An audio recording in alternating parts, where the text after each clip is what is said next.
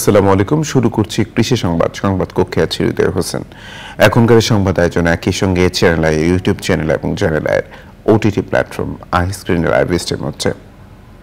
ছাদ কৃষি সম্পর্কে মানুষ এখন অনেক বেশি সচেতন হচ্ছেন। নাগরিক জীবনকে স্বাভাবিক ছন্দে ধরে রাখার জন্য ছাদ কৃষি উদ্যোগগুলো পরিণত হয়েছে অন্যতম ক্ষেত্র। এক্ষেত্রে গণমাধ্যমের পাশাপাশি সামাজিক যোগাযোগ মাধ্যমগুলো গুরুত্বপূর্ণ ভূমিকা রাখছে। ঢাকা মিরপুর ডিওএইচএস এর মুসলিমা বেগমের ছাদ কৃষি থেকে বিস্তারিত জানাচ্ছেন শাইখ সিরাজ।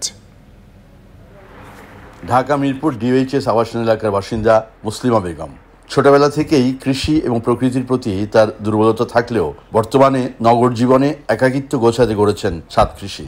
ছতলা বাড়ির উপরে 2200 বর্গফুটের ছাদে উৎপাদন করছেন সবজি, ফুল, ফল, রকমারি উদ্ভিদ। এগুলো বাড়ি বানানোর সময় তো আপনি জি, এটা প্ল্যান করেছিল, কারণ আমার হাজবেন্ড উনিও একজন গাছপ্রেমী ছিলেন। তো ওইভাবে প্ল্যান করেই করেছি। তোমরা কি খেয়েছেন একবার? হ্যাঁ, এখনো খাইনি, ওখানে ধরেছে একটা। ওটা আম তো মাশাআল্লাহ বেশ ভালো আম হয়েছে। হ্যাঁ, কিউ যায় এটা না, ওটা চাল কুমড়ো হয়েছে। এবার শীতে প্রচুর সিম খেয়েছি আর বরবটি খেয়েছি। তিনি শুধু নিজেদের প্রয়োজন মিটিয়েই থেমে নেই, ছাদ কৃষির তাগিদ অন্যদের মাঝেও ছড়িয়ে দিতে কাজ করছেন সামাজিক যোগাযোগ মাধ্যমে। আমি কয়েকটা গ্রুপের সঙ্গে আছি। আপনাদের গ্রুপটা বেশ সবারই গ্রুপ আছে, তাই না? হ্যাঁ, আমি কয়েকটা গ্রুপে আছি। আপনার যে প্রোগ্রামটা, এটা তো উদ্বুদ্ধ ব্যাপার আছে।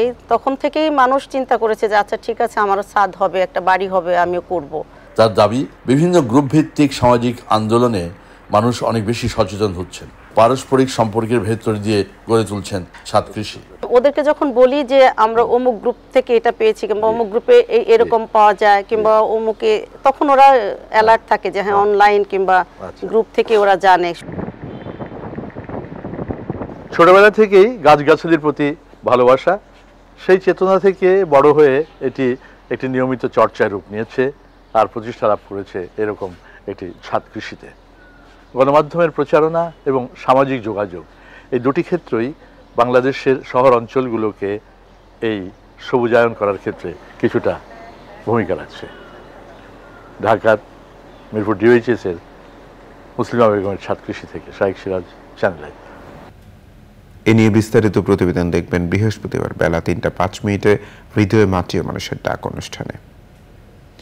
বগুড়ায় কোরবানি ঈদের জন্য 7.5 লাখ পশু প্রস্তুত করা হয়েছে। এর মধ্যে শেরপুর উপজেলায় কোরবানির পশু রয়েছে 73,000। এবার গরু মোটা তাজা ও লালন পালনে খরচ বেশি হওয়ায় দাম নিয়ে চিন্তিত খামারিরা। কুষ্টিয়ায় গরু লালন পালন করে স্বাবলম্বী হয়েছেন এই অঞ্চলের অনেক নারী। নারীদের লালন পালন করা 3 শতাধিক গরু তোলা হবে কোরবানির হাটে।